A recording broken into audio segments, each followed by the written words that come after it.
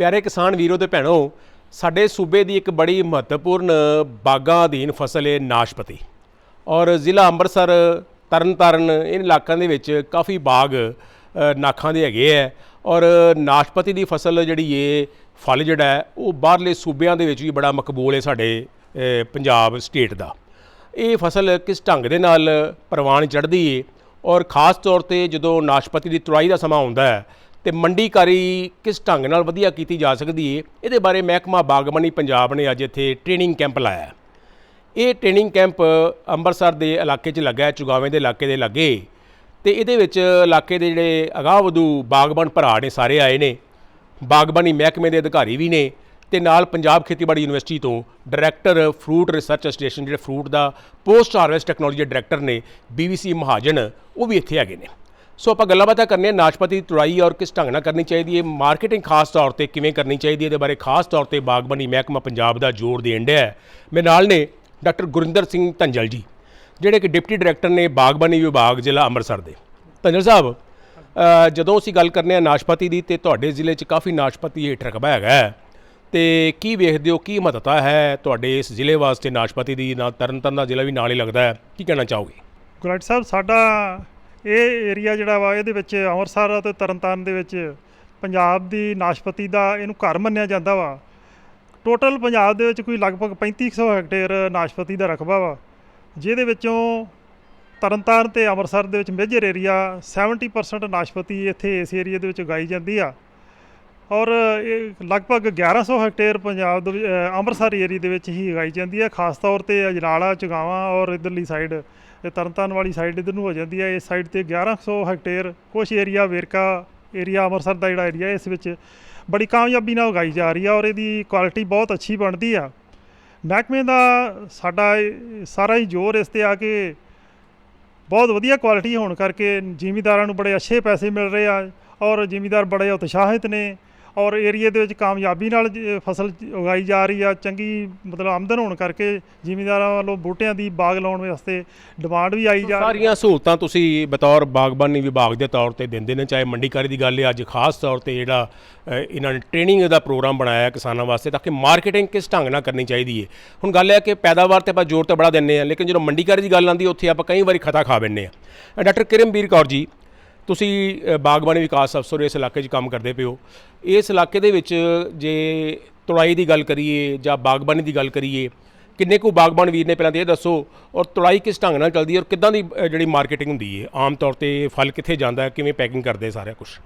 ਵੇਖੋ, ਅਸੀਂ ਜੇ ਗੱਲ ਕਰੀਏ ਪ੍ਰੋਡਕਸ਼ਨ ਦੀ, ਤੇ ਸਾਡੇ ਕਿਸਾਨ ਵੀਰ ਆ, ਜਿਹੜੀ ਤੁਸੀਂ ਉਹਨਾਂ ਨੂੰ ਜਿੰਸ ਕਹੋਗੇ ਉਹੀ ਉਹ ਪ੍ਰੋਡਿਊਸ ਕਰ ਦੇਣਗੇ, ਜਿੰਨੀ ਕਹੋਗੇ ਉਨੀ ਪ੍ਰੋਡਿਊਸ ਕਰ ਦੇਣਗੇ। ਪਰ ਹਮੇਸ਼ਾ ਤੋਂ ਇਹ ਸਾਡੇ ਵੇਖਣ ਸੁਣਨ 'ਚ ਆਉਂਦਾ ਕਿ ਤਕਲੀਫ ਜਾਂ ਪਰੇਸ਼ਾਨੀ ਆਉਂਦੀ ਹੈ ਕਿਸਾਨ ਭਰਾਵਾਂ ਨੂੰ ਮੰਡੀ ਕਰਨ ਦੀ। ਸਰਦਾਰ ਮਕਤੂਲ ਸਿੰਘ ਜਿਨ੍ਹਾਂ ਦੇ ਬਾਗ 'ਚ ਅਸੀਂ ਅੱਜ ਆਏ ਹੋਏ ਹਾਂ, ਉਹ ਚਾਨਣ ਮੁਨਾਰਾ ਸਾਬਿਤ ਹੋ ਰਹੇ ਨੇ ਆਸ-ਪਾਸ ਦੇ ਆਪਣੇ ਬਾਗਬਾਨਾਂ ਵਾਸਤੇ, ਕਿਸਾਨ ਵੀਰਾਂ ਵਾਸਤੇ। ਉਹ ਇਸ ਲਈ ਕਿਉਂਕਿ ਇਹਨਾਂ ਨੇ ਮਿਡਲ ਮੈਨ ਨੂੰ ਵਿੱਚੋਂ ਕੱਢ ਕੇ ਮੰਡੀਕਰਨ ਆਪ ਕਰਨ ਦਾ ਜਿਹੜਾ ਆ ਉਹ ਫੈਸਲਾ ਲਿਆ ਆ। ਅਤੇ ਇਹ ਬਹੁਤ ਹੀ ਪਿਛਲੇ 3-4 ਸਾਲਾਂ ਤੋਂ ਬਹੁਤ ਹੀ ਕਾਮਯਾਬੀ ਦੇ ਨਾਲ ਇਹ ਜਿਹੜਾ ਕੰਮ ਆਪੇ ਕਰ ਰਹੇ ਨੇ। ਅਤੇ ਇਹਦੇ ਮੰਡੀਕਰਨ ਦੀ ਗੱਲ ਕਰੀਏ ਨਾਖ ਦੀ, ਤਾਂ ਇਹ ਜਿਹੜੀ ਸਾਰੀ ਮੋਸਟਲੀ ਜਿਹੜੀ ਅੰਮ੍ਰਿਤਸਰ ਜ਼ਿਲ੍ਹੇ ਤੋਂ ਜਿਹੜੀ ਨਾਖ ਹੈ ਇਹ ਜ਼ਿਆਦਾ ਜਾਂਦੀ ਹੈ ਵੈਸਟ ਬੰਗਾਲ। ਦੁਰਗਾ ਅਸ਼ਟਮੀ ਦੇ ਆਸ-ਪਾਸ ਉੱਥੇ ਪੈਕਿੰਗ ਸਾਰੀ ਇਹਨਾਂ ਡੱਬਿਆਂ 'ਚ ਹੁੰਦੀ, ਜਿਹੜੇ ਆ ਲੱਕੜ ਦੇ ਬਣਾਏ ਆਪਾਂ ਪੇਟੀਆਂ? ਹਾਂਜੀ, ਇਹ ਜਿਹੜੀ ਆ ਹੁਣ ਤੱਕ ਲੱਕੜ ਦੇ ਬਕਸਿਆਂ ਦੇ ਵਿੱਚ ਹੀ ਇਹ ਜਿਹੜੀ ਪੈਕਿੰਗ ਹੁੰਦੀ ਆਈ ਆ ਅਤੇ ਬੜੇ ਕਾਮਯਾਬ ਤਰੀਕੇ ਦੇ ਨਾਲ ਇਹ ਟਰਾਂਸਪੋਰਟ ਕਰਦੇ ਨੇ ਉੱਥੇ ਵੈਸਟ ਬੰਗਾਲ ਟਰੱਕ ਦੇ। ਜਿਹੜੀ ਟ੍ਰੇਨਿੰਗ ਹੈ ਤੁਸੀਂ ਇਸੇ ਕਰਕੇ ਲਾਈ ਹੈ ਤਾਂ ਕਿ ਨਵੇਂ ਢੰਗ ਤਰੀਕੇ ਅਪਣਾ ਕੇ ਇਹਨੂੰ ਵਧੀਆ ਕੀਤਾ ਜਾ ਸਕੇ। ਇਹ ਟ੍ਰੇਨਿੰਗ ਦਾ ਮਕਸਦ ਇਹੀ ਹੈ ਕਿ ਇਹ ਡੱਬਿਆਂ ਦੀ ਜਗ੍ਹਾ 'ਤੇ ਜੇ ਅਸੀਂ ਗੱਤੇ ਦੇ ਡੱਬੇ ਜਾਂ ਕ੍ਰੇਟਸ ਦੇ ਵਿੱਚ ਕੁਆਂਟਿਟੀ ਜ਼ਿਆਦਾ ਜਾਏਗੀ ਅਤੇ ਕੁਆਲਿਟੀ ਅੱਛੀ ਹੋਊਗੀ, ਕਿਉਂਕਿ ਜਦੋਂ ਤੱਕ ਕੰਜ਼ਿਊਮਰ ਕੋਲ ਪਹੁੰਚਣਾ ਆ ਫਰੂਟ, ਉਦੋਂ ਤੱਕ ਉਹਦੀ ਕੁਆਲਿਟੀ, ਉਹਦਾ ਗਲੋਸ, ਮਤਲਬ ਕੰਜ਼ਿਊਮਰ ਨੇ ਕੁਆਲਿਟੀ ਦੇਖ ਕੇ ਪੈਸੇ ਦੇਣੇ ਆ। ਬਿਲਕੁਲ ਸਹੀ ਗੱਲ ਹੈ, ਤੁਹਾਡੀ ਗੱਲ ਦਰੁਸਤ ਹੈ ਕਿ ਕੁਆਲਿਟੀ ਜਿਹੜੀ ਹੈ ਉਹ ਪੈਦਾਵਾਰ ਤੇ ਕਿਤੇ ਨਾ ਕਿਤੇ ਅਸੀਂ ਘਾਟਾ ਖਾ ਬੈਠਦੇ ਹਾਂ, ਮਿਹਨਤ ਹੀ ਬੜੀ ਕਰਨੇ ਹਾਂ। ਮਕਤੂਲ ਸਿੰਘ ਜੀ, ਜਿਸ ਤਰ੍ਹਾਂ ਮੈਡਮ ਕਿਰਨਬੀਰ ਨੇ ਕਿਹਾ ਕਿ ਤੁਸੀਂ ਬੜਾ ਵਧੀਆ ਉਪਰਾਲਾ ਕੀਤਾ ਕਿ ਡਾਇਰੈਕਟ ਮਾਰਕੀਟਿੰਗ ਜਿਹੜੀ ਹੈ, ਤੁਸੀਂ ਠੇਕੇਦਾਰ ਨੂੰ ਬਾਗ ਨਹੀਂ ਦਿੰਦੇ। ਆਮ ਤੌਰ 'ਤੇ ਸਾਡਾ ਰੁਝਾਨ ਹੈ ਕਿ ਠੇਕੇਦਾਰ ਦੇ ਬਾਗ ਹਵਾਲੇ ਕਰ ਦਿੰਦੇ ਹਾਂ ਅਤੇ ਬਾਅਦ 'ਚ ਠੇਕੇਦਾਰ ਜਾਣੇ ਤੇ ਫਲ ਜਾਣੇ, ਫਿਰ ਕਈ ਵਾਰੀ ਆਪਾਂ ਨੂੰ ਖਤਾ ਵੀ ਖਾਣੀ ਪੈਂਦੀ, ਘਾਟਾ ਵੀ ਖਾਣਾ ਪੈਂਦਾ। ਤੁਸੀਂ ਇਹ ਉਪਰਾਲਾ ਕਿਉਂ ਕੀਤਾ ਅਤੇ ਕਿੱਦਾਂ ਮਾਰਕੀਟਿੰਗ ਕਰ ਰਹੇ ਹੋ ਤੁਸੀਂ? ਇਹ ਇੱਦਾਂ ਜੀ, ਜਦੋਂ ਪਹਿਲਾਂ ਠੇਕੇਦਾਰ ਬਾਗ ਲੈਂਦੇ ਸੀ ਅਤੇ ਬਾਗ ਦਾ ਬੜਾ ਨੁਕਸਾਨ ਹੁੰਦਾ ਸੀ, ਟਾਹਣੀਆਂ ਤੋੜ ਜਾਂਦੇ ਸੀ, ਫਿਰ ਜ਼ਿਮੀਂਦਾਰ ਨੂੰ ਪੈਸੇ ਬਹੁਤ ਘੱਟ ਦਿੰਦੇ ਸੀ। ਅਸੀਂ ਹੌਲੀ ਹੌਲੀ ਇਸ ਚੀਜ਼ ਦੇ ਵਿੱਚ ਆਏ ਅਤੇ ਜਦੋਂ ਮਾਰਕੀਟਿੰਗ ਖੁਦ ਕੀਤੀ ਅਤੇ ਦੇਖਿਆ ਕਿ ਇਹ ਜ਼ਿਮੀਂਦਾਰ ਆਪ ਮਾਰਕੀਟਿੰਗ ਕਰੇ ਤੇ ਉਹ ਡਬਲ ਪੈਸੇ ਜਿਹੜੇ ਆ ਉਹ ਲੈ ਸਕਦਾ ਵਾ ਤੇ ਇੱਕ ਆਪਣੇ ਬਾਗ ਦੀ ਵਧੀਆ ਸੇਵਾ ਸੰਭਾਲ ਕਰ ਸਕਦਾ ਵਾ ਤੇ ਪੈਸੇ ਵੀ ਵੱਧ ਕਮਾ ਸਕਦਾ। ਤੁਸੀਂ ਜਿਹੜੇ ਖਰੀਦਦਾਰ ਨੇ ਕਿਵੇਂ ਲੱਭਦੇ ਹੋ? ਤੁਸੀਂ ਜਿਵੇਂ ਮੈਡਮ ਨੇ ਕਿਹਾ ਕਿ ਵੈਸਟ ਬੰਗਾਲ ਤੱਕ ਮਾਲ ਜਾਂਦਾ, ਫਿਰ ਉੱਥੇ ਤੁਸੀਂ ਸਿੱਧੀ ਗੱਲ ਕਰਦੇ ਹੋ? ਹਾਂਜੀ, ਉੱਥੇ ਸਾਡੇ ਆੜ੍ਹਤੀ ਹੈ ਜੀ, ਅਸੀਂ ਆਪਣਾ ਬੇਟੇ ਨੂੰ ਵੀ ਉੱਥੇ ਬਿਠਾਇਆ ਹੋਇਆ ਤੇ ਡੇਲੀ ਅਸੀਂ ਟਰੱਕ ਲੋਡ ਕਰਕੇ 4-5-6 ਜ਼ਿਮੀਂਦਾਰ ਆ, ਮੇਜਰ ਸਾਹਿਬ ਨੇ, ਖਾਸੇ ਵਾਲੇ ਨੇ, ਸਾਡੇ ਹੋਰ ਭੈਣ ਭਰਾ ਨੇ ਵੀਰ, ਅਸੀਂ ਸਾਰੇ ਇਕੱਠਾ ਇੱਕੇ ਦਿਨ ਟਰੱਕ ਰੋਜ਼ ਆਲਮੋਸਟ ਰੋਜ਼ ਇੱਕ ਟਰੱਕ ਭੇਜਦੇ ਜੀ। ਤੇ ਜੇ ਅਸੀਂ ਗੱਲ ਕਰੀਏ ਭਾਅ ਦੀ, ਦੇਖੋ ਐਡੀ ਦੂਰ ਦੁਰਾਡੇ ਬੈਠੇ ਆਪਾਂ, ਭਾਵੇਂ ਤੁਹਾਡਾ ਬੇਟਾ ਉੱਥੇ ਬੈਠਾ ਹੈ, ਚਲੋ ਚੰਗੀ ਗੱਲ ਹੈ, ਪਰ ਸਾਡੇ ਕਈ ਕਿਸਾਨ ਵੀਰ ਜੇ ਵੀ ਹੋਣਗੇ ਜਿਹੜੇ ਇਸ ਪੱਖੋਂ ਥੋੜ੍ਹੀ ਜਿਹੀ ਉਹਨਾਂ ਦਾ ਲਕੂਨਾ ਰਹਿ ਜਾਂਦਾ ਵੀ ਕਿਵੇਂ ਭਾਅ ਦਾ ਅੱਖੀਂ ਪਤਾ ਲੱਗੂ ਕੀ ਭਾਅ ਚੱਲਣ ਡਿਆ ਉੱਥੇ ਔਰ ਕਿੱਦਾਂ ਦੀ ਕੁਆਲਿਟੀ ਉੱਥੇ ਚਾਹੁੰਦੇ ਆ, ਇਹ ਸਾਰਾ ਕੁਝ ਫਿਰ ਕਿਵੇਂ ਕੀਤਾ ਜਾ ਸਕਦਾ? ਉਹ ਇੱਦਾਂ ਜੀ, ਹਰ ਇੱਕ ਨੂੰ ਉੱਥੇ ਆਦਮੀ ਬਹਾਉਣ ਦੀ ਲੋੜ ਨਹੀਂ ਹੁੰਦੀ। ਜਿਸ ਤਰ੍ਹਾਂ ਸਾਡਾ ਬੇਟਾ ਵਾ, ਹੁਣ ਸਾਡੇ 9-10 ਜ਼ਿਮੀਂਦਾਰਾਂ ਦਾ ਮਾਲ ਜਾ ਰਿਹਾ, ਲੇਕਿਨ ਉਹ ਇਕੱਲਾ ਹੀ ਉੱਥੇ ਵੇਚ ਦਿੰਦਾ ਵਾ ਤੇ ਉਹਦੇ ਸਾਡੇ ਨਾਲ ਕੋਈ ਕੰਟੈਕਟ ਕਰੇ, ਅਸੀਂ ਹਰ ਇੱਕ ਦੀ ਹੈਲਪ ਕਰਨ ਨੂੰ ਤਿਆਰ ਹਾਂ ਤੇ ਰਲ ਮਿਲ ਕੇ ਸਾਰਾ ਕੰਮ ਚੱਲ ਜਾਂਦਾ ਜੀ। ਅੱਛਾ, ਫਿਰ ਗੱਲ ਇੱਕ ਹੋਰ ਚੱਲੀ ਸੀ ਕਿ ਜਦੋਂ ਅਸੀਂ ਤੁੜਾਈ ਕਰਨੇ ਆ, ਤੁੜਾਈ ਬਾਰੇ ਆਪਾਂ ਡਾਕਟਰ ਬਿਕਰਮਜੀਤ ਕੇ ਕ੍ਰਿਸ਼ੀ ਵਿਗਿਆਨ ਕੇਂਦਰ ਦੇ ਡਿਪਟੀ ਡਾਇਰੈਕਟਰ ਸਾਹਿਬ ਵੀ ਇੱਥੇ ਖੜੇ ਨੇ, ਉਹਨਾਂ ਨਾਲ ਵੀ ਗੱਲ ਕਰਾਂਗੇ। ਇਹ ਤੁੜਾਈ ਜਿਹੜੀ ਇਹ ਤੁਸੀਂ ਆਪ ਕਰਵਾਉਂਦੇ ਹੋ, ਸਹੀ ਢੰਗ ਦੀ ਤੁੜਾਈ ਬਾਰੇ ਵੀ ਤੁਹਾਡੇ ਕੋਲ ਜਾਣਨਾ ਚਾਹਾਂਗੇ। ਤੇ ਮਾਰਕੀਟਿੰਗ ਦੇ ਵਿੱਚ ਜੋ ਪੈਕਿੰਗ ਦੀ ਗੱਲ ਆਉਂਦੀ, ਦੇਖੋ ਪੈਕਿੰਗ ਦੇ ਉੱਤੇ ਬੜਾ ਜ਼ੋਰ ਦੇਣ ਡਿਆ ਮਹਿਕਮਾ ਬਾਗਬਾਨੀ, ਕੀ ਕਹਿਣਾ ਚਾਹੋਗੇ? ਤੁੜਾਈ ਦੀ ਸਭ ਤੋਂ ਪਹਿਲਾਂ ਇਹ ਗੱਲ ਹੈ ਜੀ, ਜੋ ਵੀ ਠੇਕੇਦਾਰ ਸੀ ਉਹ ਸਾਰਾ ਇੱਕੇ ਵਾਰ ਮਾਲ ਤੋੜਦੇ। ਅਸੀਂ ਜਦੋਂ ਮਾਰਕੀਟਿੰਗ ਸ਼ੁਰੂ ਕੀਤੀ ਤੇ ਅਸੀਂ ਮੋਟਾ ਮਾਲ ਤੋੜਨਾ ਸ਼ੁਰੂ ਕੀਤਾ। ਮੋਟਾ ਮਾਲ ਤੋੜਨ ਦਾ ਇਹ ਫਾਇਦਾ ਕਿ ਇੱਕ ਤਾਂ ਸਾਡੀ ਕੁਆਂਟੀਟੀ ਵੱਧ ਗਈ, ਇੱਕ ਅਸੀਂ ਸਾਰਾ ਜੋ ਵੀ ਰੇਟ ਹੈ 1 ਨੰਬਰ ਦਾ ਲਿਆ। ਸਪੋਜ਼ ਕਰੋ ਕਿ 1 ਨੰਬਰ ਅੱਜ 1200 ਰੁਪਈਆ, 2 ਨੰਬਰ 700 ਰੁਪਈਆ, ਅਸੀਂ 2 ਨੰਬਰ ਨੂੰ ਵੀ 1 ਨੰਬਰ 'ਚ ਲੈ ਆਂਦਾ, ਹੌਲੀ ਵੇਟ ਕਰਕੇ ਤੇ ਉਹ ਸਾਰਾ ਜਿਹੜਾ ਵਾ 1 ਨੰਬਰ ਦਾ ਹੀ ਸਾਰਾ 1200 ਰੁਪਈਆ ਪਾ ਲਿਆ। ਅੱਛਾ, ਵੇਟ ਕਰਨ ਨਾਲ ਸਾਈਜ਼ ਇੰਪਰੂਵ ਹੋ ਜਾਂਦਾ? ਜਦੋਂ ਅਸੀਂ ਤੋੜਦੇ ਹਾਂ, ਜਦੋਂ 2 ਨੰਬਰ ਆ ਉਹ 1 ਨੰਬਰ ਹੁੰਦਾ, ਅਸੀਂ ਤੋੜਦੇ ਉਹਨੂੰ ਉਦੋਂ ਆ, ਜਦੋਂ ਅਸੀਂ ਫਿਰ ਉਹ 8 10 ਦਿਨ 2 ਨੰਬਰ ਨੂੰ ਤੋੜਦੇ ਹਾਂ ਉਹਨੇ ਚਿਰ ਨੂੰ 1 ਨੰਬਰ ਹੋਇਆ ਹੁੰਦਾ।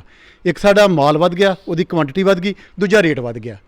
ਬਾਕੀ ਮਾਰਕੀਟਿੰਗ ਦੀ ਗੱਲ ਆ ਕਿ ਜਦੋਂ ਆਪਾਂ ਇੱਥੋਂ ਤੋੜ ਕੇ ਪੂਰਾ ਪੈਕ ਕਰਕੇ ਵਧੀਆ ਤਰੀਕੇ ਦੇ ਨਾਲ ਘੱਲਦੇ ਹਾਂ ਤੇ ਆਪਾਂ ਨੂੰ ਰੇਟ ਮਿਲਦਾ।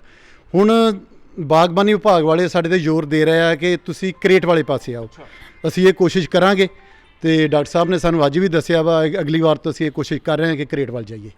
ਬਿਲਕੁਲ ਜੀ, ਨਵੇਂ ਢੰਗ ਜਿਹੜੇ ਅਪਣਾਉਣੇ ਪੈਣਗੇ ਔਰ ਮੈਂ ਸਮਝਣਾ ਕਿ ਸਾਡੇ ਸੂਬੇ ਦੇ ਵਿੱਚ ਨਾਸ਼ਪਤੀ ਜਿਹੜੀ ਬਾਹਰਲੇ ਸੂਬਿਆਂ ਤੱਕ ਜਾਂਦੀ ਏ, ਬੜਾ ਨਾਂ ਹੈ ਪੰਜਾਬ ਸੂਬੇ ਦਾ ਤੇ ਕੁਆਲਿਟੀ ਪੈਦਾਵਾਰ ਜਾਏਗੀ ਤੇ ਪੰਜਾਬ ਦਾ ਨਾਂ ਵੀ ਰੋਸ਼ਨ ਹੋਏਗਾ ਤੇ ਆਪਣੇ ਬਾਗਬਾਨਾਂ ਨੂੰ ਵੀ ਚੰਗੇ ਪੈਸੇ ਮਿਲ ਸਕਦੇ ਨੇ। ਡਾਕਟਰ BVC ਮਹਾਜਨ ਜੀ, ਤੁਸੀਂ ਡਾਇਰੈਕਟਰ ਹੋ post harvest fruit research station ਜਿਹੜਾ PAU ਹੈਗਾ।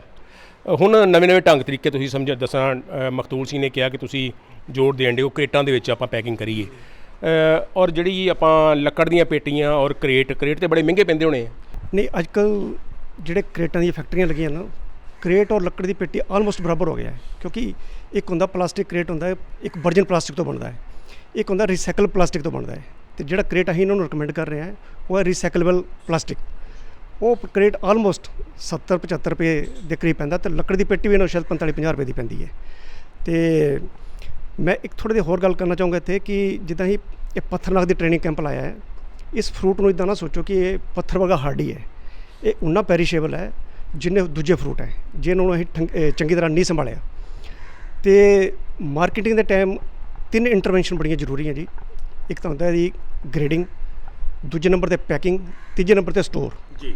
ਜੇ ਤਿੰਨੋਂ ਚੀਜ਼ਾਂ ਅਸੀਂ ਫੋਲੋ ਕਰਾਂਗੇ ਫਿਰ ਸਾਡੀ ਮਾਰਕੀਟਿੰਗ ਬਿਲਕੁਲ 100% ਸਕਸੈਸਫੁਲ ਰਹੇਗੀ। ਨੋਰਮਲੀ ਅਸੀਂ ਦੇਖਿਆ ਕਿ ਬਹੁਤ ਸਾਰੇ ਜਿਹੜੇ ਛੋਟੇ ਕਿਸਾਨ ਜਾਂ ਮੀਡੀਅਮ ਕਿਸਾਨ ਹੈ ਉਹ ਫਲ ਨੂੰ ਤੋੜਦੇ ਟਰਾਲੀ 'ਚ ਜਾਂ ਬੋਰੀ 'ਚ ਭਰ ਕੇ ਸਿੱਧਾ ਮੰਡੀ 'ਚ ਲੈ ਜਾਂਦੇ। ਜਿਹੜੀਆਂ 3 ਗੱਲਾਂ ਮੈਂ ਕੀਤੀਆਂ, ਕੋਈ ਗ੍ਰੇਡਿੰਗ ਨਹੀਂ ਕਰਦੇ, ਕੋਈ ਪੈਕਿੰਗ ਨਹੀਂ ਕਰਦੇ ਤੇ ਨਾ ਹੀ ਉਹ ਸਟੋਰ ਕਰਦੇ। ਪਰ ਅੱਜ ਜਿਸ ਬਾਗ 'ਚ ਅਸੀਂ ਖੜੇ ਹਾਂ ਇਹਨਾਂ ਦਾ ਮੈਂ ਦੇਖਿਆ ਕਾਫੀ ਤੱਕ ਇਹਨਾਂ ਦੀ ਅਵੇਅਰਨੈਸ ਬਹੁਤ ਜ਼ਿਆਦਾ ਹੈ। ਪਰ ਇਹਨਾਂ ਨੂੰ ਅੱਜ ਅਸੀਂ ਜਿਹੜੀ ਟ੍ਰੇਨਿੰਗ ਕੈਂਪ ਡੈਮੋਸਟ੍ਰੇਸ਼ਨ ਦੇਣਾ ਹੈ ਉਹ ਹੈ ਕਿ ਜਿਹੜਾ ਟ੍ਰੈਡੀਸ਼ਨਲ ਤਰੀਕਾ ਅਪਣਾ ਰਹੇ ਹਾਂ ਪੇਟੀ ਵਾਲਾ, ਠੀਕ ਹੈ, ਪੇਟੀ ਤੋਂ ਸੈਟੀਸਫਾਈਡ ਹੈ, ਪਰ ਜੋ ਸਾਡੀ ਰਿਸਰਚ ਕਹਿ ਰਹੀ ਹੈ ਕਿ ਪਲਾਸਟਿਕ ਕਰੇਟ ਵੀ ਇੱਕ ਵਾਰ ਟਰਾਈ ਕਰਕੇ ਦੇਖਣ। ਔਰ ਅੱਜ ਅਸੀਂ ਇਹ ਕਨਕਲੂਡ ਕੀਤਾ ਇਹਨਾਂ ਨਾਲ ਬੈਠ ਕੇ ਕਿ ਇਹ ਆਪਣੀ ਜਿੱਥੇ ਜਿਸ ਟਰੱਕ 'ਚ 1000-1200 ਪੇਟੀ ਭੇਜਣਗੇ ਉਹਦੇ ਵਿੱਚ 100-150 ਕਰੇਟ ਵੀ ਭੇਜਣ, ਤਾਂ ਕਿ ਕਲਕੱਤੇ ਦੀ ਮੰਡੀ ਜਾ ਕੇ ਅਸੀਂ ਦੇਖ ਸਕੀਏ ਕਿ ਇਹਨਾਂ ਵਿੱਚ ਕੀ ਡਿਫਰੈਂਸ ਆ ਰਿਹਾ ਕੁਆਲਿਟੀ ਦੇ ਵਿੱਚ। ਪਰ ਡਾਕਟਰ ਸਾਹਿਬ ਤੁਸੀਂ ਫਰਮਾਇਆ ਕਿ 30-35 ਰੁਪਏ ਦਾ ਇੱਕ ਕਰੇਟ ਮਗਰ ਔਰ ਪੇਟੀ ਦਾ ਹਿਸਾਬ ਲਾਈਏ ਤਾਂ ਫਰਕ ਹੈਗਾ। ਇਹ 35 ਰੁਪਏ ਤੱਕ ਵੱਡੀ ਕਾਸਟ ਬਣ ਜਾਂਦੀ ਜੇ ਬੰਦਾ ਟੋਟਲ ਲਾਵੇ, ਤੇ ਕਿਸਾਨ ਵਾਸਤੇ ਇਹ ਸੌਖਾ ਰਹੂ। ਜੇ ਭਾਅ ਚੰਗਾ ਮਿਲੇਗਾ ਪਰ ਉੱਥੇ ਜਾ ਕੇ ਫਿਰ ਹੀ ਫਾਇਦਾ ਹੋਏਗਾ। ਬਿਲਕੁਲ ਗੱਲ ਠੀਕ ਹੈ ਜੀ ਤੁਹਾਡੀ, ਕਿ ਜਿੱਦਾਂ ਦੀ ਪੇਟੀ ਪੈਕ ਹੋ ਰਹੀ ਹੈ ਓਵਰਫਿਲ ਕਰ ਰਹੇ ਪੇਟੀ ਨੂੰ, ਅਤੇ ਮੈਨੂੰ ਲੱਗਦਾ ਕਿ ਓਵਰਫਿਲਿੰਗ ਤੋਂ ਬਾਅਦ ਜਿੱਦਾਂ ਟਰਾਂਸਪੋਰਟ ਹੋਣਾ ਇਹਦੇ ਵਿੱਚ ਜ਼ਰੂਰ ਡੈਮੇਜ ਹੋਏਗਾ। ਪਰ ਪਲਾਸਟਿਕ ਦੇ ਕ੍ਰੇਟ 'ਚ ਇਹ ਚੀਜ਼ ਨਹੀਂ ਸਾਨੂੰ ਨਜ਼ਰ ਆਏਗੀ। ਦੂਜੀ ਸਾਡੀ ਡਿਸਕਸ਼ਨ ਦੇ ਵਿੱਚ ਇਹ ਵੀ ਪਤਾ ਲੱਗਿਆ ਕਿ ਇਹਦੇ ਵਿੱਚ ਕੁਝ ਓਵਰਹੈਡ ਐਕਸਪੈਂਸਿਸ ਵੀ ਹਨ, ਜਿੱਦਾਂ ਕਿੱਲ ਲਗਾ ਰਹੇ ਹੈ, ਲੇਬਰ ਕੋਸਟ ਹੈ, ਹੋਰ ਵੀ ਕੁਝ ਕੋਸਟ ਪਾ ਕੇ ਮੈਨੂੰ ਲੱਗ ਰਿਹਾ ਕਿ ਇਹ ਆਲਮੋਸਟ ਬਰਾਬਰ ਕੋਸਟ ਆਏਗੀ ਇਹਦੀ ਪਲਾਸਟਿਕ ਕ੍ਰੇਟ ਉਹਦੇ ਵਿੱਚ। ਬਾਕੀ ਦੇਖੋ ਜੀ, ਇੱਕ ਕ੍ਰੇਟ 'ਚ ਕਿੰਨਾ ਮਾਲ ਪੈਂਦਾ ਤੇ ਪੇਟੀ 'ਚ ਕਿੰਨਾ ਪੈਂਦਾ? ਕ੍ਰੇਟ 'ਚ ਵੀ 20 ਕਿਲੋ ਹੈ, ਪੇਟੀ 'ਚ ਵੀ 20 ਕਿਲੋ, 20 ਕਿਲੋ ਮਾਲ ਬਰਾਬਰ ਹੀ ਹੈ। ਮਾਲ ਬਰਾਬਰ ਹੀ, ਪਰ ਕੁਆਲਿਟੀ ਵਾਈਜ਼ ਡੈਫੀਨੇਟਲੀ ਦੇਖੋ ਜਿਸ ਮੰਡੀ 'ਚ ਭੇਜ ਰਹੇ ਹਾਂ ਉੱਥੇ ਵੀ ਹਲੇ ਪੇਟੀ ਹੀ ਐਕਸੈਪਟ ਹੋ ਰਹੀ ਹੈ। ਡਾਕਟਰ ਸਾਹਿਬ ਮਾਹਿਨ ਸਾਹਿਬ, ਜਦੋਂ ਅਸੀਂ ਪੱਥਰਨਾਕ ਦੀ ਗੱਲ ਕਰਨੇ ਆ ਜਾਂ ਇਸ ਫਰੂਟ ਦੀ ਗੱਲ ਕਰਨੇ ਆ, ਤੇ ਕੀ ਪ੍ਰੋਸੈਸਿੰਗ ਦਾ ਵੀ ਕੋਈ ਸਕੋਪ ਹੈ? ਤੁਸੀਂ ਪੋਸਟ ਹਾਰਵੈਸਟ ਟੈਕਨੋਲੋਜੀ ਨਾਲ ਸੰਬੰਧ ਰੱਖਦੇ ਹੋ? ਹਾਂਜੀ ਹਾਂਜੀ, ਦੇਖੋ ਇਹ ਫਰੂਟ ਹੈ, ਜੇ ਜ਼ਿਆਦਾ ਤਾਂ ਪ੍ਰੋਸੈਸਿੰਗ ਨਹੀਂ ਹੁੰਦੀ ਪਰ ਇਹਦਾ ਜੈਮ ਬੜਾ ਅੱਛਾ ਬਣਦਾ ਜੀ। ਔਰ ਇਸ ਫਰੂਟ ਨੂੰ ਅਸੀਂ ਦੂਜੇ ਪ੍ਰੋਡਕਟ ਦੇ ਨਾਲ ਬਲੈਂਡ ਕਰਕੇ, ਜਿੱਦਾਂ ਕੋਈ ਜੈਮਨ ਦੀ ਸਕੈਸ਼ ਬਣਾਉਣੀ ਹੈ ਜਾਂ ਕੋਈ ਤੁਸੀਂ ਹੋਰ ਕੋਈ ਸਕੈਸ਼ ਬਣਾਉਣਾ, ਉਹਦੇ ਵਿੱਚ ਈਵਨ ਕਿੰਨੂ ਦੇ ਵਿੱਚ ਇਸ ਨੂੰ ਬਲੈਂਡ ਕਰਕੇ ਇਹਦਾ ਬਲੈਂਡਿੰਗ ਕੀਤੀ ਜਾ ਸਕਦੀ ਹੈ। ਬਟ ਐਸ ਸੱਚ ਇਹਦਾ ਜੂਸ ਉਹਦਾ ਕੋਈ ਟੇਸਟ ਹੈ ਨਹੀਂ, ਬਟ ਜੈਮ ਦੇ ਵਿੱਚ ਜੈਮ ਇਹਦਾ ਬਣ ਸਕਦਾ ਅੱਛਾ। ਸੋ ਤੁਸੀਂ ਇਹ ਵੀ ਪ੍ਰਮੋਟ ਕਰਨ ਦੇ ਹੋ ਕਿ ਕਿਸਾਨਾਂ ਨੂੰ ਜਿਹੜਾ ਜਾਗਰੂਕ ਕੀਤਾ ਜਾਵੇ ਬਾਗਬਾਨ ਵੀਰਾਂ ਨੂੰ, ਤਾਂ ਕਿ ਆਪਾਂ ਇਹਨੂੰ ਪੂਰਾ ਸਾਲ ਇਸ ਫਰੂਟ ਨੂੰ ਵਰਤ ਸਕੀਏ ਤੇ ਚੰਗੇ ਪੈਸੇ ਮਿਲ ਸਕਣ। ਜਿਹੜਾ ਕੋਈ ਲੋ ਗ੍ਰੇਡ ਫਰੂਟ ਹੈਗਾ, ਛੋਟਾ ਫਰੂਟ ਹੈ ਜਾਂ ਕੋਈ ਡੈਮੇਜਡ ਫਰੂਟ ਹੈ, ਉਹਨੂੰ ਪ੍ਰੋਸੈਸਿੰਗ ਪਾਸੇ ਅਸੀਂ ਭੇਜ ਸਕਦੇ ਹਾਂ। ਇਹਦੇ ਵਾਸਤੇ ਕੋਈ ਟ੍ਰੇਨਿੰਗ, ਕੋਈ ਯੂਨੀਵਰਸਿਟੀ ਵੱਲੋਂ ਕੋਈ ਉਪਰਾਲੇ ਕੀਤੇ ਜਾ ਰਹੇ ਨੇ ਤਾਂ ਕਿ ਜਿਹੜੇ ਕਿਸਾਨ ਸਾਡੇ ਨਾਸ਼ਪਾਤੀ ਪੈਦਾ ਕਰਨ ਵਾਲੇ ਹੈਗੇ ਨੇ, ਫਰੂਟ ਛੋਟਾ ਹੈ ਤੇ ਉਹ ਇਹਦੀ ਪ੍ਰੋਸੈਸਿੰਗ ਕਰਕੇ ਉਹਦਾ ਫਾਇਦਾ ਜ਼ਿਆਦਾ ਉਠਾ ਸਕਣ? ਬਿਲਕੁਲ ਬਿਲਕੁਲ, ਇਹ ਦੇਖੋ ਜੀ, ਮੇਰੇ ਖਿਆਲ ਹਾਰਟੀਕਲਚਰ ਡਿਪਾਰਟਮੈਂਟ ਵੱਲੋਂ ਵੀ ਜ਼ਿਲ੍ਹਾ ਪੱਧਰ ਤੇ ਵੀ ਟ੍ਰੇਨਿੰਗ ਦਿੱਤੀ ਜਾਂਦੀ ਹੈ। ਬਾਕੀ PHU ਸਕਿੱਲ ਡਿਵੈਲਪਮੈਂਟ ਸੈਂਟਰ ਔਰ ਇੱਕ ਫੂਡ ਇਨੋਵੇਸ਼ਨ ਸੈਂਟਰ ਬਣਿਆ, ਉੱਥੇ ਵੀ ਰੈਗੂਲਰ ਟ੍ਰੇਨਿੰਗ ਪ੍ਰੋਗਰਾਮ ਚੱਲਦੇ ਰਹਿੰਦੇ ਆ। ਜਿਸ ਟਾਈਮ ਵੀ ਕਿਸਾਨ ਨੂੰ ਕੋਈ ਪ੍ਰੋਸੈਸਿੰਗ ਦੀ ਟ੍ਰੇਨਿੰਗ ਲੈਣੀ ਹੈ ਤਾਂ ਉਹ ਸਾਡੇ ਨਾਲ ਥੋੜ੍ਹਾ ਤਾਲਮੇਲ ਬਣਾ ਕੇ ਉਹ ਟ੍ਰੇਨਿੰਗ ਅਟੈਂਡ ਕਰ ਸਕਦੇ ਹੈ ਜੀ। ਸੋ ਮੈਂ ਸਮਝਦਾ ਕਿ ਪ੍ਰੋਸੈਸਿੰਗ ਵਾਲੇ ਪਾਸੇ ਵੀ ਆਪਾਂ ਜੇ ਆਈਏ, ਜੇ ਆਪਾਂ ਬਾਹਰਲੇ ਸੂਬਿਆਂ ਨੂੰ ਆਪਣਾ ਫਲ ਭੇਜ ਕੇ ਪੈਸੇ ਕਮਾ ਸਕਦੇ ਹਾਂ, ਤੇ ਆਪਾਂ ਪ੍ਰੋਸੈਸਿੰਗ ਵਾਲੇ ਪਾਸੇ ਵੀ ਚੱਲ ਕੇ ਤੇ ਆਪਣੇ ਲੋਕਾਂ ਵਾਸਤੇ ਵੀ ਕੋਈ ਐਸਾ ਉਪਰਾਲਾ ਕਰੀਏ ਤਾਂ ਕਿ ਅਸੀਂ ਚੰਗੇ ਪੈਸੇ ਕਮਾ ਸਕੀਏ। ਡਾਕਟਰ ਬਿਕਰਮ ਜੀ, ਤੁਸੀਂ ਡਿਪਟੀ ਡਾਇਰੈਕਟਰ KVK ਔਰ ਜਦੋਂ ਤੁੜਾਈ ਦੀ ਗੱਲ ਆਉਂਦੀ ਹੈ, ਮੈਂ ਸਮਝਦਾ ਮਖਤੂਰ ਸਿੰਘ ਨੇ ਬੜਾ ਵਧੀਆ ਉਪਰਾਲਾ ਕੀਤਾ ਕਿ ਖੁਦ ਤੁੜਾਈ ਵਾਲੇ ਪਾਸੇ ਚੱਲੇ ਹੈ। ਲੇਕਿਨ ਜ਼ਿਆਦਾਤਰ ਸਾਡੇ ਬਾਗਬਾਨ ਵੀਰ ਜਿਹੜੇ ਨੇ ਉਹ ਠੇਕੇ 'ਤੇ ਹੀ ਬਾਗ ਆਪਣਾ ਦੇ ਦਿੰਦੇ ਨੇ। ਤੁੜਾਈ ਦਾ ਸਮਾਂ ਵੀ ਚੱਲਣ ਡਿਆ, ਪੈਕਿੰਗ ਦਾ ਸਮਾਂ ਵੀ ਚੱਲਣ ਡਿਆ। ਬਤੌਰ ਮਾਹਿਰ ਕੀ ਕਹਿਣਾ ਚਾਹੋਗੇ ਤੁੜਾਈ ਦੇ ਮੁਤਲਕ? ਜਿਵੇਂ ਡਾਕਟਰ ਮਹਾਜਨ ਸਾਹਿਬ ਨੇ ਦੱਸਿਆ ਨਾ ਜੀ, ਪ੍ਰੋਡਕਸ਼ਨ ਅਸੀਂ ਕਰ ਲਈ, ਸਾਰਾ ਕੁਝ ਹੋ ਗਿਆ ਹੈ, ਉਦੋਂ ਬਾਅਦ 'ਚ ਤੁੜਾਈ ਚੱਲਣੀ ਹੈ ਜੀ। ਤੁੜਾਈ ਬਹੁਤ ਹੀ ਮਹੱਤਵਪੂਰਨ ਪਹਿਲੂ ਹੈ ਕਿ ਤੁਸੀਂ ਤੁੜਾਈ ਕਰ ਕਿਵੇਂ ਰਹੇ ਹੋ। ਅੱਜ ਅਸੀਂ ਇੱਥੇ ਵੀ ਵੇਖਿਆ, ਮੈਂ ਸਰਦਾਰ ਮਖਤੂਲ ਸਿੰਘ ਹੁਣਾਂ ਨਾਲ ਵੀ ਗੱਲ ਕਰ ਰਿਹਾ ਸੀ, ਮੇਰੀ ਮਾਹਿਰਾਂ ਦੇ ਨਾਲ ਵੀ ਗੱਲ ਹੋਈ ਹੈ। ਤੁੜਾਈ ਕਰਨ ਵਾਲਾ ਬੰਦਾ ਮਾਹਰ ਹੋਊਗਾ ਤਾਂ ਤੁਹਾਡੀ ਜਿਹੜੀ ਮਾਰਕੀਟਿੰਗ ਹੈ ਉਹ ਪ੍ਰੋਪਰ ਚੱਲੇਗੀ। ਨਾਸ਼ਪਾਤੀ ਦੀ ਜੇ ਆਪਾਂ ਗੱਲ ਕਰਦੇ ਹਾਂ ਤਾਂ ਨਾਸ਼ਪਾਤੀ ਦਾ ਫਲ ਖੁੰਗਿਆਂ ਦੇ ਉੱਪਰ ਸਪਰ ਬੋਲਦੇ ਹਾਂ ਆਪਾਂ ਨੂੰ, ਉਹਨਾਂ 'ਤੇ ਹੁੰਦਾ। ਇੱਕ ਸਪਰ ਬਣਨ ਦੇ ਵਿੱਚ ਕਈ ਸਾਲ ਲੱਗਦੇ ਨੇ ਤੇ ਮੁੜ ਕੇ 8 ਸਾਲ ਫਲ ਦਿੰਦਾ ਹੈ ਇੱਕ ਸਪਰ। ਜਿਹੜਾ 1-2 ਪੋਟਿਆਂ ਦਾ ਸਪਰ ਆ ਉਹ 8-9 ਸਾਲ ਤੱਕ ਫਲ ਦਿੰਦਾ ਹੈ। ਵੇਖਣ 'ਚ ਇਹ ਆਉਂਦਾ ਹੈ ਕਿ ਜਿਹੜੇ ਬੰਦੇ ਤੁੜਾਈ ਕਰਦੇ ਨੇ ਉਹ ਫਲ ਨੂੰ ਖਿੱਚ ਕੇ, ਮਤਲਬ ਖਿੱਚਵੇਂ ਤੌਰ 'ਤੇ ਤੋੜਦੇ ਨੇ, ਉਹਦੇ ਨਾਲ ਸਪਰ ਟੁੱਟ ਜਾਂਦਾ ਹੈ। ਸਪਰ ਦਾ ਕੋਈ ਹਿੱਸਾ ਟੁੱਟ ਗਿਆ ਜਾਂ ਜਿਹੜਾ ਸਪਰ ਟੁੱਟ ਗਿਆ ਉਹ ਅਗਲੇ ਸਾਲ ਫਲ ਨਹੀਂ ਦੇਵੇਗਾ। ਇਹਨੂੰ ਥੋੜ੍ਹਾ ਜਿਹਾ ਮਰੋੜ ਕੇ ਇੱਕ ਪਾਸੇ ਅੰਗੂਠਾ ਇੱਕ ਪਾਸੇ ਉਂਗਲ ਰੱਖ ਕੇ ਤੁੜਾਈ ਕਰਨੀ ਚਾਹੀਦੀ ਹੈ ਤਾਂ ਕਿ ਡੰਡੀ ਵੀ ਸਾਫ਼ ਕੱਟੀ ਜਾਵੇ। ਇੱਥੇ ਜਿਹੜੇ ਵੀਰ ਭਰਾਈ ਕਰ ਰਹੇ ਸੀ ਉਹ ਵੀ ਦੱਸ ਰਹੇ ਕਿ ਡੰਡੀ ਬਿਲਕੁਲ ਕਲੀਨ ਚਾਹੀਦੀ ਹੈ। ਸਾਰਿਆਂ ਨੂੰ ਹੀ ਪਤਾ ਹੈ ਡੰਡੀ ਕਲੀਨ ਚਾਹੀਦੀ ਹੈ, ਬਸ ਉਹ ਜਿਹੜੇ ਬੰਦੇ ਤੁੜਾਈ ਕਰ ਰਹੇ ਨੇ ਉਹਨਾਂ ਦਾ ਧਿਆਨ ਸਾਨੂੰ ਰੱਖਣਾ ਪਏਗਾ ਕਿ ਉਹ ਸਪਰ ਨਾਲ ਨਾ ਤੋੜਨ। ਸਪਰ ਟੁੱਟਣ ਦਾ ਨੁਕਸਾਨ ਇਹ ਆ ਕਿ ਤੁਹਾਡਾ ਅਗਲੇ ਸਾਲ ਉਸ ਸਪਰ ਦੇ ਉੱਤੇ ਫਲ ਨਹੀਂ ਆਏਗਾ, ਉਹਨੂੰ ਫਿਰ ਡਿਵੈਲਪ ਹੋਣਾ ਪਏਗਾ। ਤੇ 5-6 ਸਾਲ ਦੇਖੋ ਤੁਸੀਂ ਫਰਮਾਇਆ ਕਿ ਉੱਥੇ ਹੀ ਫਲ ਜਿਹੜਾ ਉਹ ਲੱਗਦਾ ਹੈ, ਔਰ ਇਹ ਤਦ ਹੀ ਸੰਭਵ ਹੋ ਸਕਦਾ ਜੇ ਬਾਗਬਾਨ ਭਰਾ ਆਪ ਇਸ ਪਾਸੇ ਤੁਰਨ। ਜੇ ਆਪਾਂ ਕਿਸੇ ਦੇ ਹਵਾਲੇ ਕਰ ਦਾਂਗੇ ਤਾਂ ਉਹਨੇ ਬੇਦਰਦੀ ਨਾਲ ਫਲ ਤੋੜਨਾ। ਮਨਮੋਹਨ ਸਿੰਘ ਜੀ, ਇਹ ਜਿਹੜਾ ਸਮਾਂ ਹੈ ਨਾਸ਼ਪਾਤੀ ਦੀ ਤੁੜਾਈ ਦਾ, ਪਹਿਲਾਂ ਨਾਲ ਇਹ ਦੱਸੋ ਤੁਹਾਡਾ ਕਿੰਨਾ ਬਾਗ ਹੈ ਤੇ ਤੁੜਾਈ ਦਾ ਸਮਾਂ ਕਦੋਂ ਤੱਕ ਚੱਲਦਾ? ਇਹ ਜਨਰਲੀ ਜੀ ਆਮ ਤੌਰ 'ਤੇ 1 ਜੁਲਾਈ ਤੋਂ ਤੁੜਾਈ ਸ਼ੁਰੂ ਕਰਦੇ ਜਿਹੜੇ ਵਪਾਰੀ ਨੇ, ਔਰ ਕਈ ਵਪਾਰੀ ਜਦੋਂ ਮੀਂਹ ਨਹੀਂ ਪੈਂਦੇ ਤੇ 1 ਜੁਲਾਈ ਦੀ ਬਜਾਏ 10 ਜੁਲਾਈ ਤੋਂ ਸ਼ੁਰੂ ਕਰਦੇ ਨੇ। ਲੇਕਿਨ ਜਿਹੜੇ ਬਾਗਬਾਨ ਨੇ ਉਹ ਕਿਉਂਕਿ ਥੋੜ੍ਹਾ ਮੋਟਾ ਫਲ ਸ਼ੁਰੂ ਕਰਨ ਤੇ ਉਹ 22 ਜੂਨ ਤੋਂ 20 ਜੂਨ ਤੋਂ ਸਾਮਕਤੂਲ ਸੋਣੀ ਕਰਦੇ ਰਹੇ ਨੇ। ਐਤਕਾਂ ਕੁਦਰਤ ਵੱਲੋਂ ਮੇਰੇ ਬਾਗ ਦੇ ਵਿੱਚ ਹਨੇਰੀਆਂ ਜ਼ਿਆਦਾ ਆਈਆਂ ਔਰ ਇੱਧਰ ਘੱਟ ਆਈਆਂ ਸਨ ਇਹਨਾਂ ਦੇ ਬਾਗ 'ਚ। ਉੱਧਰ ਹਨੇਰੀਆਂ ਕਰਨ ਕਰਕੇ ਅਸੀਂ 12 ਜੁਲਾਈ ਨੂੰ 12 ਨੂੰ ਸ਼ੁਰੂ ਕਰਤਾ ਤੁੜਾਈ, ਔਰ ਉਹਦੇ ਵਿੱਚ ਹੋਇਆ ਕਿ ਉਸ ਵੇਲੇ ਉਹ ਫਲ ਬੜਾ ਸਖਤ ਸੀ ਔਰ 2 ਨੰਬਰ ਫਲ ਜ਼ਿਆਦਾ ਸੀਗਾ, 1 ਨੰਬਰ ਤੀਜਾ।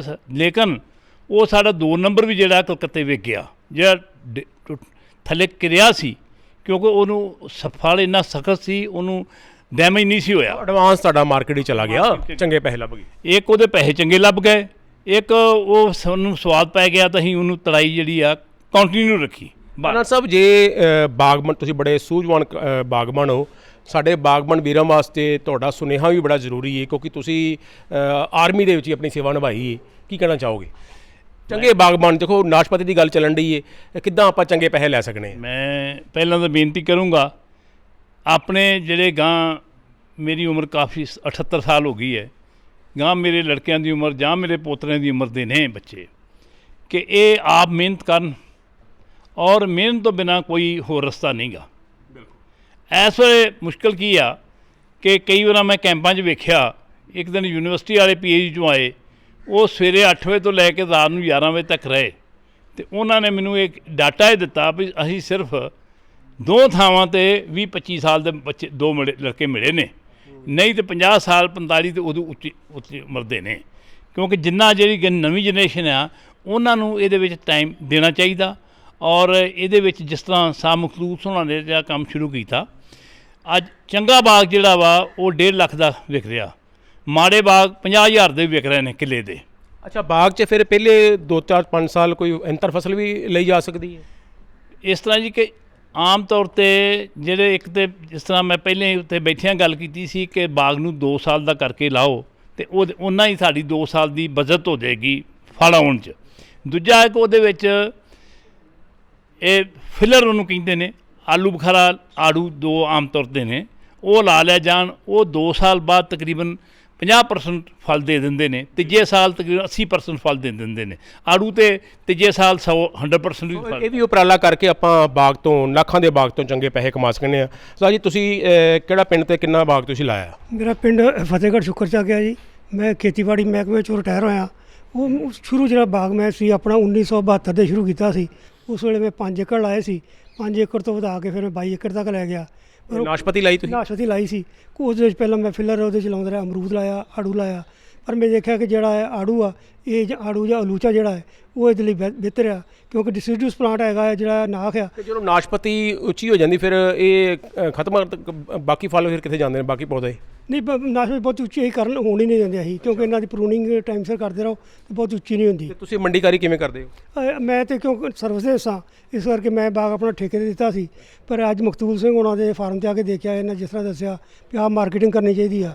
ਹੁਣ 2 ਸਾਲ ਬਾਅਦ ਬਾਗ ਦਾ ਠੇਕੇ ਦਾ ਖਤਮ ਹੋਏਗਾ ਅਤੇ ਮੈਂ ਮਾਰਕੀਟਿੰਗ ਆਪ ਕਰਾਂਗਾ ਜੀ। ਸੋ ਇਹ ਤਜਰਬੇ ਨੇ ਸਾਡੇ ਬਾਗਬਾਨ ਭਰਾਵਾਂ ਦੇ, ਜਿਹੜੇ ਕਿ ਸਾਡੇ ਵਾਸਤੇ ਫਾਇਦੇਮੰਦ ਸਾਬਤ ਹੋ ਸਕਦੇ ਨੇ ਜਦੋਂ ਅਸੀਂ ਮਾਰਕੀਟਿੰਗ ਦੀ ਗੱਲ ਆਪਾਂ ਕਰਨੇ ਆ। ਧੰਜਵਾ ਸਾਹਿਬ, ਜਦੋਂ ਅਸੀਂ ਨਵੇਂ ਬਾਗ ਦੀ ਗੱਲ ਕਰੀਏ, ਤੁਸੀਂ ਡਿਪਟੀ ਡਾਇਰੈਕਟਰ ਔਰ ਨਾਸ਼ਪਤੀ ਦਾ ਆਪਾਂ ਪੀਅਰ ਸਟੇਟ ਬਾਰੇ ਵੀ ਗੱਲ ਚੱਲਣ ਡਈ ਹੈ, ਇਹਨੂੰ ਆਪਾਂ ਵਧਾਉਣਾ ਵੀ ਹੈਗਾ। ਕਿਸਾਨ ਜੇ ਬਾਗ ਲਾਵੇ, ਅੰਤਰ ਫਸਲਾਂ ਦਾ ਜ਼ਿਕਰ ਚੱਲਿਆ, ਫਿਲਰ ਪਲਾਂਟਸ ਦਾ ਜ਼ਿਕਰ ਚੱਲਿਆ, ਕੀ ਆਪਾਂ ਕੋਈ ਫਸਲਾਂ ਹੋਰ ਵੀ ਨਾਲ ਲਾ ਸਕਦੇ ਹਾਂ ਔਰ ਕਿੰਨੀ ਡਿਸਟੈਂਸ 'ਤੇ ਨਾਸ਼ਪਤੀ ਲਾਈ ਜਾ ਸਕਦੀ ਹੈ ਤਾਂ ਕਿ ਸਾਡੇ ਕਿਸਾਨਾਂ 'ਚ ਰੁਝਾਨ ਪੈਦਾ ਹੋਵੇ? ਕਦੋਂ ਲਾਈ ਜਾ ਸਕਦੀ ਹੈ? ਡਾਕਟਰ ਸਾਹਿਬ, ਅਸੀਂ ਇੱਥੇ ਪੰਜਾਬ ਸਰਕਾਰ ਵੱਲੋਂ ਪੀਅਰ ਸਟੇਟ ਅੰਮ੍ਰਿਤਸਰ ਵਿੱਚ ਸਥਾਪਿਤ ਕੀਤੀ ਗਈ ਆ, ਜਿਹਦੇ ਵਿੱਚ ਇੱਕ ਬਾਗ ਲਾਉਣ ਤੋਂ ਅਖੀਰ ਉਹਦੀ ਸਾਂਭ ਸੰਭਾਲ ਅਤੇ ਤੁੜਾਈ ਤੱਕ ਸਭ ਕੁਝ ਦੀ ਟ੍ਰੇਨਿੰਗ ਅਸੀਂ ਦੇਵਾਂਗੇ। ਜਿਵੇਂ ਤੁਸੀਂ ਸਵਾਲ ਕੀਤਾ ਕਿ ਇੱਕ ਨਾਸ਼ਪਤੀ ਦਾ ਬਾਗ ਕਿੰਨੇ ਡਿਸਟੈਂਸ ਲਾਇਆ ਜਾਵੇ, ਆਮ ਤੌਰ 'ਤੇ ਅਸੀਂ 25x25 ਦੇ ਡਿਸਟੈਂਸ ਰਿਕਮੈਂਡ ਕਰਦੇ ਹਾਂ।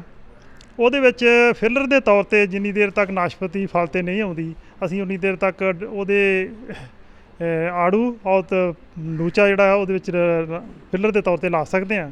ਜਦੋਂ ਬਾਗ ਸਾਡਾ ਮੈਚਿਓਰ ਹੋ ਜਾਂਦਾ, ਫਿਰ ਅਲਟੀਮੇਟਲੀ ਹੌਲੀ ਹੌਲੀ ਉਹਨੂੰ ਅਸੀਂ ਕੱਢ ਦਿੰਦੇ ਹਾਂ ਔਰ ਬਾਗ ਨੂੰ, ਮੇਨ ਬਾਗ ਨੂੰ, ਨਾਸ਼ਪਤੀ ਨੂੰ ਰੱਖ ਲੈਂਦੇ ਹਾਂ, ਅਤੇ ਉਨੀ ਦੇਰ ਤੱਕ ਆਮਦਨ ਸਾਨੂੰ ਆਉਂਦੀ ਰਹਿੰਦੀ ਹੈ। ਕੋਈ ਆਪਾਂ ਫਸਲ ਦੂਜੀ ਵੀ ਲੈ ਸਕਦੇ ਹਾਂ, ਜਿਸ ਤਰ੍ਹਾਂ ਆਪਾਂ ਆਮ ਫਸਲਾਂ ਦੀ ਗੱਲ ਕਰਨੇ? ਇਹਦੇ ਵਿੱਚ ਸਿਰਫ ਆਪਾਂ ਇਹ ਜ਼ਿਆਦਾ ਪਾਣੀ ਵਾਲੀ ਝੋਨੇ ਵਾਲੀ ਫਸਲ ਛੱਡ ਕੇ ਸਬਜ਼ੀ ਔਰ ਕਣਕ ਵਗੈਰਾ ਪਹਿਲੇ ਸ਼ੁਰੂਆਤੀ ਸਾਲਾਂ ਵਿੱਚ ਲੈ ਸਕਦੇ। ਕਦੋਂ ਲੱਗਦਾ ਨਾਸ਼ਪਤੀ ਦਾ ਬਾਗ?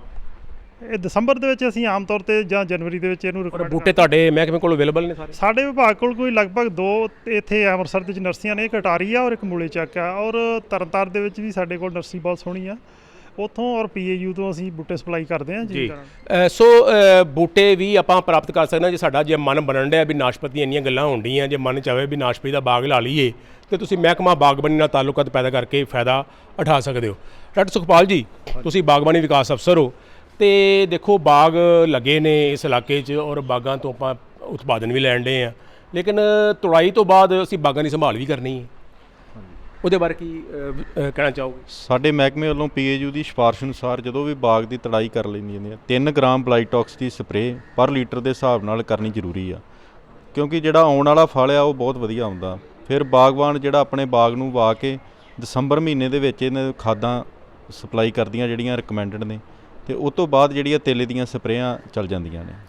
ਹਾਂਜੀ, ਸੋ ਇਸ ਤਰ੍ਹਾਂ ਆਪਾਂ ਉਪਰਾਲੇ ਕਰਕੇ ਤੇ ਬਾਗ ਨੂੰ ਵਧੀਆ ਕਰ ਸਕਦੇ ਹਾਂ। ਬਾਗ ਨੂੰ ਬਹੁਤ ਵਧੀਆ ਕਰ ਸਕਦੇ ਹਾਂ ਵਾਈ ਕਰਕੇ, ਕਿਉਂਕਿ ਜਿਹੜਾ ਇਹ ਪੱਤਝੜ ਬੂਟੇ ਨੇ ਇਹਨਾਂ ਦੇ ਪੱਤੇ ਜਿਹੜੇ ਆ ਇਹ ਸਿਆਲ ਦੇ ਵਿੱਚ ਸਾਰੇ ਕਿੰਨਾ ਚਿਰ ਫਿਰ ਫਲ ਦਿੰਦਾ ਰਹਿੰਦਾ? 6-8 ਸਾਲ ਤੋਂ ਬਾਅਦ 6 ਸਾਲ ਦੀ ਫਸਲ ਤੋਂ ਜਿਹੜੀ ਉਮਰ ਆ 75 ਸਾਲ ਆ ਘੱਟ ਤੋਂ ਘੱਟ।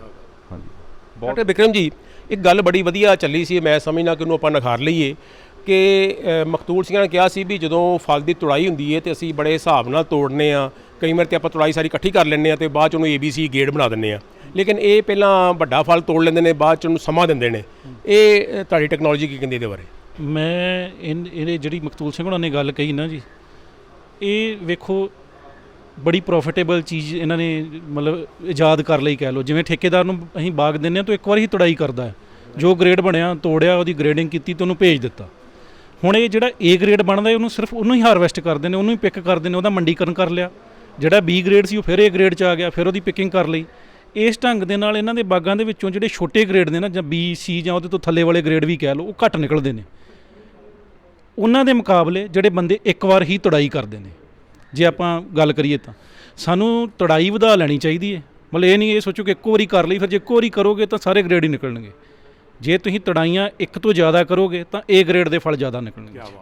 ਸੋ ਇਹ ਵੀ ਇੱਕ ਢੰਗ ਤਰੀਕਾ ਹੈ, ਚਾਹੇ ਬਾਗਬਾਨ ਭਰਾ ਨੇ ਇਹਨੂੰ ਆਪਣੀ ਸੋਚ ਨਾਲ ਬਣਾਇਆ ਤੇ ਆਪਾਂ ਨੂੰ ਇਹਦੇ ਬਾਰੇ ਵੀ ਜਾਣਕਾਰੀ ਮਿਲ ਜੇਗੀ ਤੇ ਉਹਦਾ ਫਾਇਦਾ ਹੋ ਸਕਦਾ। ਡਾਕਟਰ ਧੰਜਲ ਜੀ, ਤੁਸੀਂ ਡਿਪਟੀ ਡਾਇਰੈਕਟਰ ਹੋ ਬਾਗਬਾਨੀ ਵਿਭਾਗ ਜ਼ਿਲ੍ਹਾ ਅੰਮ੍ਰਿਤਸਰ ਦੇ, ਜਾਂਦੇ ਜਾਂਦੇ ਸੁਨੇਹਾ ਸਾਡੇ ਕਿਸਾਨਾਂ ਨੂੰ ਦਿਓ ਤਾਂ ਕਿ ਕਿਸਾਨ ਵੀਰ ਜਿਹੜੇ ਨੇ ਉਹ ਬਾਗਬਾਨੀ ਮਹਿਕਮੇ ਨਾਲ ਜੁੜ ਕੇ ਸਹੂਲਤਾਂ ਵੀ ਪ੍ਰਾਪਤ ਕਰ ਸਕਣ ਤੇ ਨਾਲ ਦੇ ਨਾਲ ਬਾਗਾਂ ਥੱਲੇ ਰਕਬਾ ਲਿਆ ਕੇ ਤੇ ਖੇਤੀ 'ਚ ਨਵਾਂ ਉਪਰਾਲਾ ਡਿਵਰਸੀਫਿਕੇਸ਼ਨ ਖੇਤੀ 'ਚ ਕਰ ਸਕਣ। ਮੈਂ ਸਾਰੇ ਬਾਗਬਾਨਾਂ ਨੂੰ ਇਸ ਏਰੀਏ ਦੇ ਨੂੰ ਬੇਨਤੀ ਇਹੋ ਕਰੂੰਗਾ ਕਿ ਆਪਣਾ ਨਾਸ਼ਪਤੀ ਵਾਸਤੇ ਏਰੀਆ ਬਹੁਤ ਹੀ ਵਧੀਆ ਢੁਕਵਾਂ ਏਰੀਆ ਹੈ ਔਰ ਕੁਆਲਿਟੀ ਵੀ ਚੰਗੀ ਬਣਦੀ, ਰੇਟ ਵੀ ਚੰਗਾ ਮਿਲਦਾ ਔਰ ਇਹਦੀ ਉਮਰ ਵੀ ਚੰਗੀ ਆ ਔਰ ਸਾਂਭ ਸੰਭਾਲ ਦੇ ਤੌਰ 'ਤੇ ਵੀ ਬਾਕੀਆਂ ਫਸਲਾਂ ਨਾਲੋਂ ਠੀਕ ਆ। ਇਸ ਤਰੀਕੇ ਨਾਲ ਆਪਾਂ ਇਸ ਪਾਸੇ ਡਿਵਰਸੀਫਿਕੇਸ਼ਨ ਇੱਕ ਝੋਨੇ ਕਣਕ ਤੋਂ ਛੱਡ ਕੇ ਡਿਵਰਸੀਫਿਕੇਸ਼ਨ ਵਾਲੇ ਬੰਨੇ ਬਾਗ ਵੱਲ ਨੂੰ, ਏਰੀਏ ਵੱਲ ਨੂੰ ਵਧਾਈਏ। ਅਤੇ ਇਹਦੇ ਸੰਬੰਧ ਵਿੱਚ ਹੀ ਜਿਵੇਂ ਮੈਂ ਪਹਿਲਾਂ ਦੱਸਿਆ ਕਿ ਨਾਸ਼ਪਤੀ estate ਸਾਡੀ ਬਣੀ ਆ, ਉਹਦੇ ਵਿੱਚ ਅਸੀਂ ਸਾਰੀਆਂ ਟ੍ਰੇਨਿੰਗ ਇਹਦੇ ਬਾਗ ਲਾਉਣ ਤੋਂ ਬਾਗ ਦੀ ਸਾਂਭ ਸੰਭਾਲ ਤੱਕ ਅਤੇ ਮਾਰਕੀਟਿੰਗ ਮੰਡੀਕਰਨ ਤੱਕ ਸਾਰੀ ਟ੍ਰੇਨਿੰਗ ਦਿੰਦੇ ਹਾਂ। ਇਸ ਤੋਂ ਇਲਾਵਾ ਮਹਿਕਮਾ ਬਾਗਬਾਨੀ ਮਿਸ਼ਨ ਫਾਰ ਇੰਟੀਗ੍ਰੇਟਿਡ ਡਿਵੈਲਪਮੈਂਟ ਦੇ ਵਿੱਚ ਇਹ ਕਿਸਾਨਾਂ ਨੂੰ ਸਹੂਲਤ ਵੀ ਦੇ ਰਿਹਾ। 50% ਸਬਸਿਡੀ ਅਸੀਂ ਇੱਕ ਬਾਗਬਾਨ ਨੂੰ ਦੇ ਰਹੇ ਹਾਂ, ਜਿਹਦੇ ਵਿੱਚ ਕੋਈ ਨਾਸ਼ਪਤੀ ਦੇ 1 ਹੈਕਟੇਅਰ ਬਾਗ 'ਤੇ ਕੋਈ 38,000 ਰੁਪਈਆ ਖਰਚਾ ਆਉਂਦਾ ਅਤੇ ਜਿਹੜਾ ਮਿਸ਼ਨ 'ਚ ਮੰਨਿਆ ਗਿਆ ਅਸੀਂ ਉੱਤੇ 19,000 ਰੁਪਈਆ ਸਬਸਿਡੀ ਦੇ ਦਿੰਦੇ ਹਾਂ। ਉਹ 3 ਕਿਸ਼ਤਾਂ ਵਿੱਚ ਦਿੰਦੇ ਹਾਂ। ਪਹਿਲੇ ਸਾਲ ਅਸੀਂ 60% ਦੇ ਦਿੰਦੇ ਹਾਂ, ਕੋਈ 11,400 ਰੁਪਈਆ, ਔਰ ਸੈਕੰਡ ਈਅਰ ਉਹ ਸਾਰੇ ਨਾਗੇ ਵਗੈਰਾ ਸਾਰਾ ਮੇਨਟੇਨ ਕਰਕੇ ਰੱਖੇ ਔਰ 3800 ਰੁਪਈਆ ਫਿਰ ਉਹਨੂੰ ਦੇ ਦਿੰਦੇ ਆ, ਔਰ ਥਰਡ ਈਅਰ ਫਿਰ ਜੇ ਉਹ ਸਾਰਾ ਉਹਨੂੰ ਮੇਨਟੇਨੈਂਸ ਲਈ ਖਾਦ ਦਵਾਈ ਵਾਸਤੇ ਸਾਂਭ ਸੰਭਾਲ ਲਈ 3800 ਫਿਰ। ਜਿਨ੍ਹਾਂ ਨੇ ਬਾਗ ਲਾਏ ਹੈ, ਬਾਗ ਬੜੇ ਪੁਰਾਣੇ ਸਰ ਮਕਤੂਲ ਸਿੰਘ ਨੇ, ਉਹਨਾਂ ਨੂੰ ਸਹੂਲਤਾਂ ਵੀ ਦਿੰਦੇ ਹੋ ਕੁਛ? ਬਿਲਕੁਲ ਸਰ, ਬਹੁਤ ਵਧੀਆ ਗੱਲ ਹੈ। ਅਸੀਂ ਜਿਨ੍ਹਾਂ ਨੇ ਬਾਗ ਪੁਰਾਣੇ ਹੋ ਚੁੱਕੇ ਆ ਔਰ ਵੱਡੇ ਬਾਗ ਨੇ, ਉਹਨਾਂ ਨੂੰ ਰੀਜੂਮੀਨੇਸ਼ਨ ਕਹਿ ਦਿੰਦੇ ਹਾਂ ਅਸੀਂ, ਉਹਦੇ 'ਚ ਮੁੜ ਸੁਰਜੀਤ ਕਰਨ ਲਈ ਜਾਂ ਉਹਨਾਂ ਦੀ ਸਾਂਭ ਸੰਭਾਲ ਵਾਸਤੇ ਵੀ ਮਿਸ਼ਨ ਦੇ ਵਿੱਚ ਅਸੀਂ ਖਰਚਾ ਦਿੰਦੇ ਹਾਂ, ਜਿਹਦੇ ਵਿੱਚ ਕੋਈ ਲਗਭਗ ਹੈਕਟੇਅਰ ਦਾ ਅਸੀਂ 20,000 ਰੁਪਈਆ ਉਹਦੇ ਵਿੱਚ ਦਿੰਦੇ ਹਾਂ। ਉਹਦੇ 'ਚ ਖਾਦ ਦਵਾਈ, ਉਹਦੇ 'ਚ ਇੰਪਲੀਮੈਂਟ ਟੂਲ ਵਗੈਰਾ ਜਿਹਦੇ ਲਈ ਕਾਂਟ ਛਾਂਟ ਕਰਨੀ ਆ, ਉਹ ਸਾਰੀ ਅਸੀਂ ਉਹਦੇ ਵਿੱਚ ਇੱਕ ਜ਼ਿਮੀਂਦਾਰ ਨੂੰ ਦਿੰਦੇ ਹਾਂ। ਸੋ ਮੈਂ ਸਮਝਦਾ ਕਿ ਬਾਗਬਾਨੀ ਦਾ ਕੰਮ ਬੜਾ ਇੱਕ ਅਗਾਂਹ ਵਧੂ ਕੰਮ ਹੈਗਾ। ਇਸ ਕਿੱਤੇ ਨਾਲ ਜੁੜ ਕੇ, ਇਸ ਸਿਸਟਮ ਨਾਲ ਜੁੜ ਕੇ ਅਸੀਂ ਆਪਣੇ ਇਲਾਕੇ ਦਾ ਆਪਣਾ ਵਿਕਾਸ ਕਰ ਸਕਦੇ ਹਾਂ। ਔਰ ਨਾਲ ਦੇਖੋ ਰੁਜ਼ਗਾਰ ਦੇ ਕਿੰਨੇ ਸਾਧਨ ਆਲੇ ਦੁਆਲੇ ਪੈਦਾ ਹੁੰਦੇ ਨੇ। ਹੁਣ ਦੇ ਜਿਹੜੀ ਮਾਰਕੀਟਿੰਗ ਕਰਨ ਦੇ ਆ, ਇਹ ਪੈਕਿੰਗ ਦਾ ਕੰਮ ਵੀ ਦੇਖੋ ਲੇਬਰ ਕਰਦੀ ਹੈ, ਰੁਜ਼ਗਾਰ ਮਿਲਦਾ ਹੈ। ਆਪਾਂ ਵੀ ਮਾਲ ਭੇਜਣੇ ਆ, ਟਰਾਂਸਪੋਰਟ ਹੁੰਦਾ ਹੈ, ਰੁਜ਼ਗਾਰ ਮਿਲਦਾ ਹੈ। ਸੋ ਉਸ ਢੰਗ ਦੇ ਨਾਲ ਆਪਣੇ ਆਪ ਨੂੰ ਨਵੀਨੀਕਰਨ ਵੀ ਕਰਨਾ ਚਾਹੀਦਾ ਔਰ ਮਾਰਕੀਟਿੰਗ ਦੇ ਨਵੇਂ ਸਾਧਨ ਅਪਣਾ ਕੇ ਆਪਣੀ ਖੇਤੀ ਦੀ ਨਵੀਂ ਦਿਸ਼ਾ ਖੇਤੀ ਨੂੰ ਦੇਣੀ ਚਾਹੀਦੀ ਹੈ। ਸੋ ਬਹੁਤ ਧੰਨਵਾਦ ਡਾਕਟਰ BBC ਮਹਾਜਨ ਜੀ ਦਾ, ਡਾਕਟਰ ਬਿਕਰਮਜੀਤ ਜੀ ਦਾ, doctor Gurvinder Dhanjal, doctor Kiranpreet Kaur, doctor Sukhpal Singh, ਹੋਰ ਵੀ ਸਾਰੇ ਮਾਹਿਰ ਜਿਹੜੇ ਇੱਥੇ ਆਏ ਨੇ। ਮੈਂ ਨਾਂ ਜੇ ਛੱਡ ਗਿਆ ਵਾਂ ਤਾਂ ਬਹੁਤ ਮਿਹਰਬਾਨੀ ਸਾਰਿਆਂ ਦੀ, ਬਹੁਤ ਬਹੁਤ ਧੰਨਵਾਦ ਜੀ।